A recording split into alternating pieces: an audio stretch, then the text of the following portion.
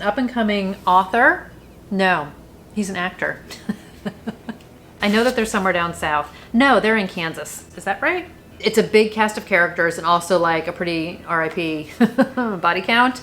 Lila is a scientist. Let me get my words straight here. Also, thank you again to Got up to get my notes, kicked the tripod. It's a video with Audrey in it. Okay. Hi everybody, it's Audrey and welcome back to Chapter and Converse and welcome to another round of recent reads. So I have a stack of books to talk about today. A lot of them are audiobooks, which I kind of didn't realize until I was putting my list together, but hey, that's all fun. So if you watched my Q2 review, I talked about how I was on a walk one day and kind of rolled my foot, or I don't know, was wearing a new pair of sneakers that just didn't fit me right. Anyway, got a bit sidelined from reading. And then clearly this wave of audiobooks happened either when I was back to walking again, or just I listen to audiobooks a lot when I'm doing things around the house. And I don't know, I just really enjoyed them. So anyway, it's like the stupidest beginning to a video ever. Here we are. But a lot of thrillers, some mysteries, mostly thrillers and mysteries. I don't even think there's a contemporary in this stack. We're going to find out together. All right, let's talk about some books that I've read recently. The first book I want to talk about is Dead Tired, and this is by Kat Ailes, and this was narrated by Kitty Kelly. So I was sent this from Macmillan as an audio arc, which I was very excited about. This is the second book in the Expectant Detective series, which I read back in January, I want to say. So these books did come out in the UK first, and then I want to say Expectant Detectives came out in January here, and then maybe Dead Tired came out in both places at the same time, which is why there's two books in 1 year, so to speak. But this is a mystery series, and it is chock full of fantastic humor, some amazing wit, some funny just shenanigans that these ladies get up to. Got up to get my notes, kicked the tripod. It's a video with Audrey in it. Okay. So in the first book, we meet Alice, and her partner Joe were moving out of London into the countryside. She is expecting her first baby, and she winds up, when the book opens, she is in an expectant mother's class. And one of the moms goes into labor, and somebody in the building winds up getting murdered during the birthing of this baby. So all of these moms wind up working together to find out who killed the person in the building. They are all dealing with impending motherhood. Most of them have already started their mat leave, and they all just have some time on their hands and want to figure out what's going on in this small town. So I absolutely think you could jump into Dead Tired without reading the first book, but I would highly recommend them both because they're just absolutely fantastic. So definitely in the vein of Finlay Donovan, again, in the humor. It's a mystery. It's not gory. There are some darker matters that happen. It's not although I have to say honestly, because it wouldn't be a video if I'm not talking about Murder, She Wrote, I am always rewatching episodes of Murder, She Wrote, and some of them are actually rather dark with what happens to some of these people. So it's not it's a G-rated in terms of violence, I would say, Dead Tired, Expectant Detectives, but there's definitely some darker things that are happening in and around town, while also an incredible amount of levity. So book number 2, the synopsis, which does not give away anything from book number 1, is the moms have all given birth. They are now new moms. This is picking up, how far after? I feel like that is not something I wrote down because that would have been smart. I want to say maybe it's 6 months later that this one picks up. Let me see if it says it anywhere. It's a year later. Read the synopsis, Audrey. It's a year later. And it says, Alice didn't think her maternity leave would involve so much, murder. So the proud new moms have all been friends this entire time. They are all hanging out together. They're raising their kids. There's a lot of kid hijinks in this also. As someone without children, I have to say I found the kid stuff very funny. I'm usually not a kid humor kind of a person, but I don't know what it is about this book. I absolutely loved it. So on this one, they are out at a park, enjoying some leisure time with their children. And they wind up meeting these two protesters who are doing this nude protesting photo shoot. So it's that kind of funny. And they wind up getting involved in this eco-protest, partially because they're all looking for an excuse to get a night away from their newborn children. And in sort of typical hijinksy shenanigans fashions, they are all kind of like basically like tied, like chained to trees in this eco protest, and they sleep there overnight, and when they wake up the next morning and the sun comes up, one of the protesters is murdered. So they all kind of have to figure out what's going on, and it's just really funny. It's fun, it's light. The audiobook narration is so wonderful. There's just so much like dark humor and just wittiness and fun to it. And Alice's best friend, whose name is Maya, who was in book number 1, who was like her single in the city friend, is back in this book, and she's like the counterbalance to the new moms and everything, and it's just really, really funny. And in book number 1, Alice's dog Helen plays a very big part in it. Her picture's on the cover. I'll pop up the first book here so you can see it. And Helen once again plays a big role in book number 2. Also, I'm not a dog mom, but very much enjoy the dog humor of this book as well. So, dogs are all safe. If that's a concern of yours, don't worry about it. No dogs are harmed in these books, although Helen maybe gets a little bit into some trouble, but she's fine. She's fine at the end. I don't consider that a spoiler. I know the dogs are a big thing for people. And yeah, so we get some in like light police investigation. We get small town connections. Everybody knows everybody. There's a lot of deep, dark secrets. There are a couple allusions to book number 1 in Dead Tired, but if you don't know what the book is about, I think they would pass you right by, so it's not necessarily going to spoil anything for you. I would give it a go. If you're looking for some levity, if you're looking for something fun, definitely like a perfect bingeable type of a book. If you're looking for a palate cleanser, if that's just your wheelhouse of book, I feel like you can't go wrong. And it has a very similar humor to something I'm going to talk about in a little bit, which is Every Time I Go on Vacation, Somebody Dies by Catherine Mack, which was also in that sweet spot. I just loved it. I love me a book that has good humor. Ping, ping. Sorry, text message. And I just like had a great time with both of them. So this is sort of like where my murder mystery sweet spot sits. But I love the dark humor and just the at times inappropriate humor. I don't know. It's just what works for me. So highly recommend the series. Really, really enjoyed it. Very big thanks to Minotaur and Macmillan Audio for sending me the audio arc. And yeah, check it out for sure, for sure. The next book I have is If Something Happens to Me by Alex Finley. I talked about this, I feel like, a few times. And when I was doing my last recent reads, I just had a serious case of deja vu that I've been here and done this already. And when I am doing my video editing, I have my description boxes that show up in YouTube, and I film them. I do them in Pages first, so I can just do all this stuff, copy and then paste it.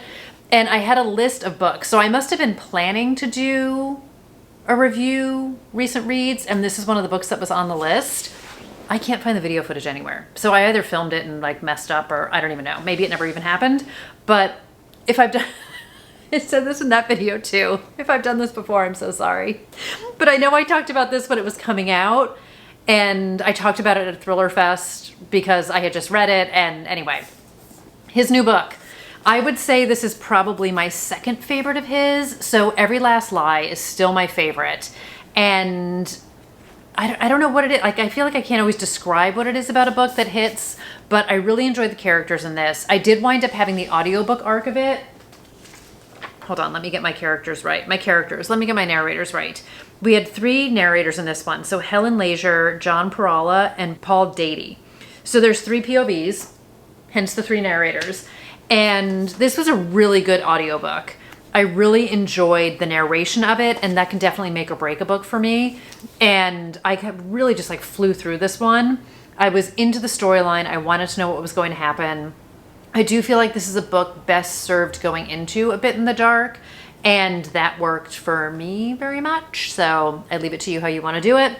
But the high level premise of this book is we are following, our main character is Ryan Richardson.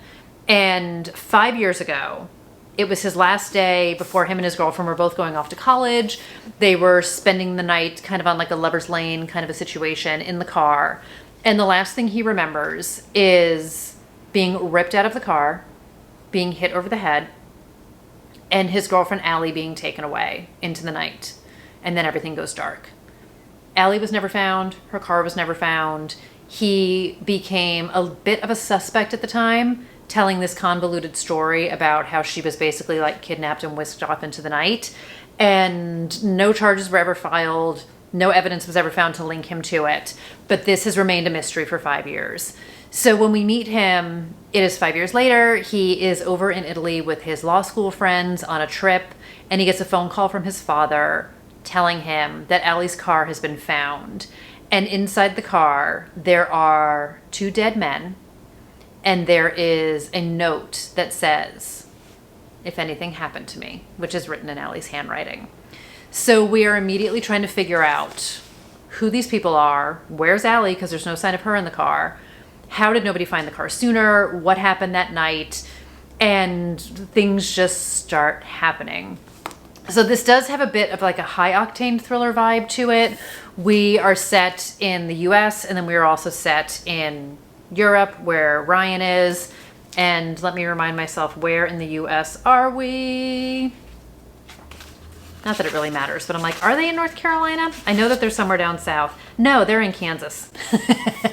Why do I have North Carolina on the brain? They're in Kansas. So we get multiple POVs, multiple locations. Even from Every Last Fear, like I get the vibe that Alex Finley likes like a high octane action thriller. And I feel like his last book really leaned into it. I am not a high octane thriller person. So this one was a little bit dialed back and like served me better, I feel like, in my kind of a wheelhouse. So What Have We Done was his last one.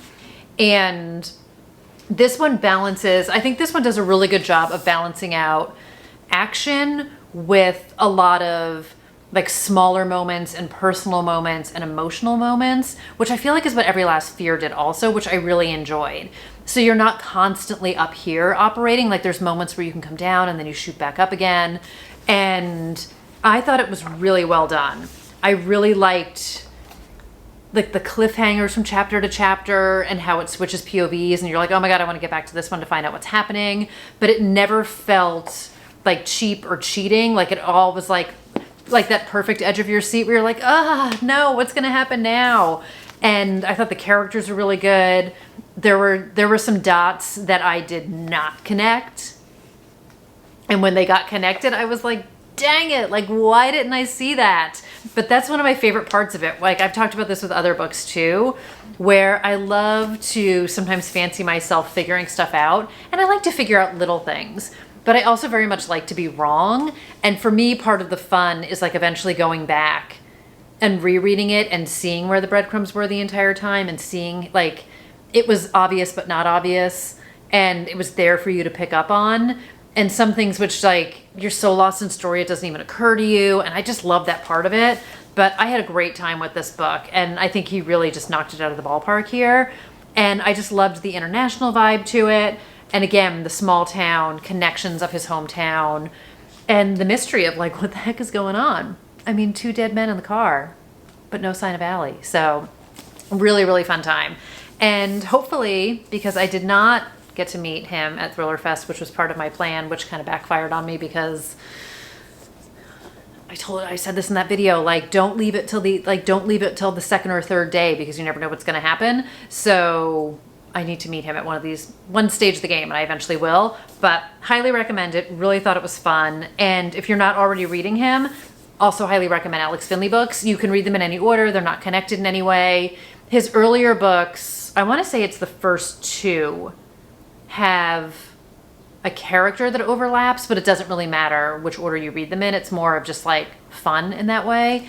And I actually thought a character showed up in this one, but I definitely think I was wrong. I thought there was a character in this that was from a different book, but I'm pretty sure I just made that up in my own head. Okay, that's Alex Finley. Highly recommend. Very good time. And thank you again to Macmillan and Minotaur for giving me the audiobook arc of this. I did pick this up at Thriller Fest because I wanted to have him sign it, which I also failed at, but also wanted it for my trophy shelf. So here it is. The next book I want to talk about is One Perfect Couple by Ruth Ware, another Thriller Fest. I was like, these are all Thriller Fest people. No, I think it's just the 2 of them. Just the 2 of them. I loved meeting Ruth Ware at Thriller Fest, and she talked a ton about this book, obviously because it's her new one. So when I came home, of course I wanted to read it, and I did, and I really enjoyed this. So for me, this book felt both like totally a Ruth Ware book, but also a totally different Ruth Ware book. So I will say I haven't read 0 Days yet. It's the only one of her books that I haven't read yet. And I initially was going to read that and then read this, but then again, all the chatterbox about this at Thriller Fest, I just needed to read it.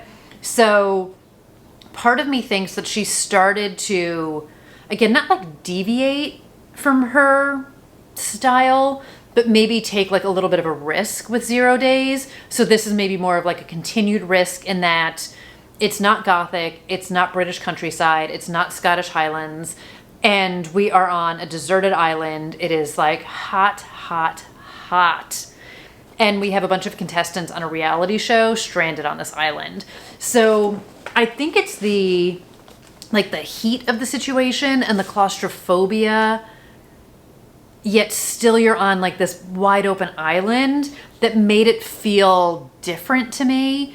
But it has all the hearkenings of an And Then There Were None vibe, all the hearkenings of an Agatha Christie book, which is so Ruth Ware to me. And again, you get like these characters where you're not sure who to trust. You've got things going on that you're not sure what to make of. And there's also like a familiarity in a Ruth Ware way, if that makes any kind of sense. I don't know. It felt similar but different. If you guys have read this and you're like a big Ruth Ware reader, let me know if you feel the same way. I really feel like it was like the summer heat that was... I was like, this feels different for me. I don't know. Maybe it's just me. Could just be me. So in this book, we are following Lila and her partner, Nico. So Nico is an actor, not the most successful actor, and he's looking for that opportunity. He's looking for that thing that is going to launch his career. And he has decided that being a contestant on this brand new reality TV show called One Perfect Couple is the thing. Lila is a scientist. Let me get my words straight here. Lila's a scientist. She is doing some postdoctoral research, which is kind of fizzled out.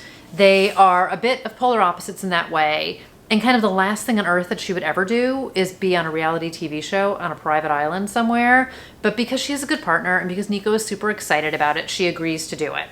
So they get whisked away. It's like 20 hours on a boat, 15 hours on a boat in the Indian Ocean, like south of Jakarta, this totally isolated location. And they are one of 5 couples that are part of this reality show. And, you know, who is the one perfect couple? So they go on this boat with the producer and the crew, and they get to this absolutely stunning island. And I mean, it's like white sand beaches and beautiful blue water as far as the eye can see, and these villas. And it's all the reality TV show trappings. You guys know I'm a Vanderpump person. I don't watch The Bachelor. I've never watched Love Island. It's interesting. Ruth Ware talked about how like she's never really watched reality TV, but like watched it to get inspiration. But all of the things you would expect. Cameras everywhere, cameras in the room, your entire personal life basically on display. And because they're trying to make really good TV, they're obviously going to have challenges and push people and try to get people to reveal stuff. The whole idea is like which couple will be the last couple standing, and it might not necessarily be you and the partner you showed up with. Dun dun dun. So we'll find out. But before the games can get too far underway, a giant storm hits the island, and it hits overnight, and the next morning when the sun comes up, parts of the island are destroyed, including like the desalination station, which keeps the clean water, all the power, like no communication. And then the boat that the crew was staying on is gone, vanished from the water. So they need to figure out how to survive. It's just the couples that are left stranded there. And it becomes pretty clear pretty quickly that no one is coming to rescue them immediately. And like tensions build. And like I said, it becomes very claustrophobic, even though they're in this wide open, beautiful island. Food is limited, water is limited, resources are limited, and things go very, very south. It's so much fun to read. I totally was wrong about this book in terms of villains and who I thought was bad and who I thought was good. And I just totally got it wrong. And I was feeling so smart about it, where I was like, this is what it's going to be, because that's not going to be obvious. That's not what it was.